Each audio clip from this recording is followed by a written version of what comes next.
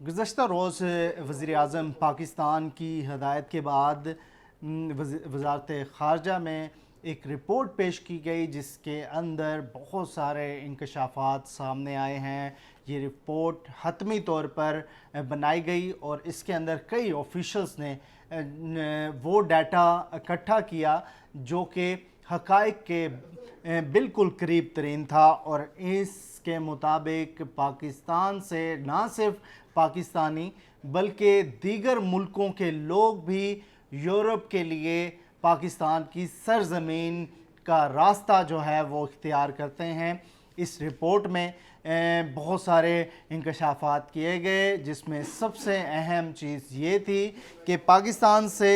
Europe के लिए हर साल 20 से 25 हज़ार पाकिस्तानी यही तरीक़ाकार इस्तेमाल करके यूरोप की तरफ कूच करने की कोशिश करते हैं जो कि इल्लीगल होता है, लेकिन इसमें अफ़गानिस्तान और बांग्लादेश के शहरी भी शामिल होते हैं। इस रिपोर्ट में एक बड़ा अहम इंकशाफ ये भी किया, क्योंकि इससे पहले हमने 2 माह पहले भी देखा कि लीबिया से भी एक कश्ती इटली की तरफ जा रही थी जो कि बहरिया ओकेनूस में डूब गई थी और उसमें 22 पाकिस्तानी जाँ बहक हो गए थे। और इस तमाम तर सूरत हाल में इटालियन गवर्नमेंट ने जो बच जाने वाले पाकिस्तानी थे उनको फैसिलिटेट भी किया, उन्हें अस्पतालों में भी रखा। और लेकिन मामला सिर्फ यहीं पर नहीं है, जो हमारे ज़राए बता रहे हैं उसके मुताबिक ये भी बताया गया है वज़ारत ख़ारजा की तरफ से कि सिर्फ यूरोप का रूट ही नहीं बल्कि इसके अलावा ऑस्ट्रेलिया और न्यूज़ीलैंड की तरफ भी डंकी का सिस्टम इस वक्त भरपूर तरीके से जो है वो चल रहा है। और इसमें भी जो एजेंट माफिया बैठे बैठे लोगों को जो है वो पैसे बटोर रहे हैं और उन्हें मौत के कुएं की तरफ धकेल रहे हैं, जिसमें सबसे पहले एजेंट माफिया तकरीबन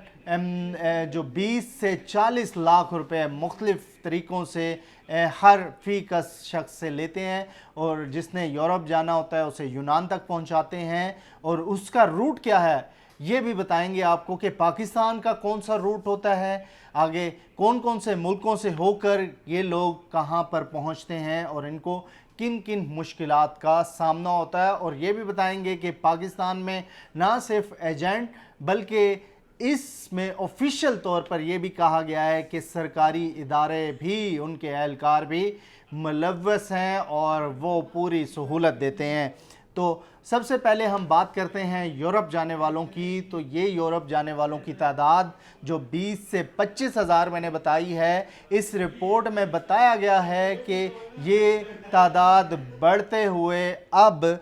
35 से 40 हज़ार हो गई है जी। इसमें बेशक जो इस वक्त मामलात हैं, मुल्क की मईशत की ख़राबी हो या लोगों के माली मामलात हों या लोगों की इस वक्त जो गुज़र बसर है महंगाई के वजह से काफ़ी ज़्यादा मुश्किल हो गई है, तो ये वो वजूहात भी इस रिपोर्ट में बताई गई हैं, जिसके बाद ये तादाद 20 से 25 हज़ार से बढ़कर जो गैर कानूनी तौर पर बॉर्डर क्रॉस कर रहे हैं, इल्लीगल तौर पर इमिग्रेंट हैं, वो 35 से 40 हज़ार तक पहुंच गए हैं। अगर रूट की बात की जाए तो इस रिपोर्ट में जो बताया गया है कि एजेंट मिलकर सरकारी एहलकारों में, जिसमें FIA के आला अफसरान भी शामिल हैं और उनके नाम भी इस रिपोर्ट में वज़ारत ख़ारजा को पेश किए गए हैं और उनके ख़िलाफ़ तो कार्रवाई होगी, लेकिन अभी तक जो एजेंट माफिया के लोग हैं 20 से 25 लोग जो हैं वो मुख्तलिफ शहरों से गिरफ़्तार कर लिए गए हैं, जिसमें ख़ास तौर पर अगर इन लोगों की सबसे ज़्यादा तादाद की बात की जाए तो ये कहाँ से आते हैं और किस तरीके से इनके हाथों जो है वो फंसते हैं। तो सबसे ज़्यादा तादाद आज़ाद कश्मीर की है, दूसरे नंबर पर गुजरात का नाम इसमें दिया गया है कि गुजरात के अंदर से भी एक बड़ी तादाद जो लोगों की है वो इसी डगर पर चली हुई है, उनको मौत का कोई खौफ नहीं है और वो ان کو آگے کی کوئی فکر نہیں ہوتی کہ آگے کیا کچھ ہو سکتا ہے۔ جہلم، ساہیوال، فیصل آباد وہ علاقے ہیں جو کہ ان ایجنٹ مافیا کی اس وقت بہت زیادہ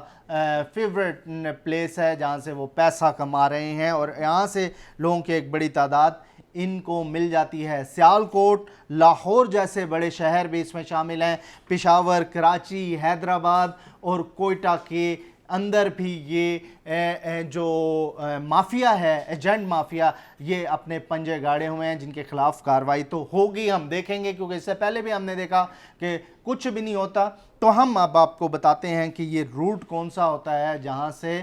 پہلے تو یہ یورپ کی طرف لے کے جاتے ہیں لوگوں کو۔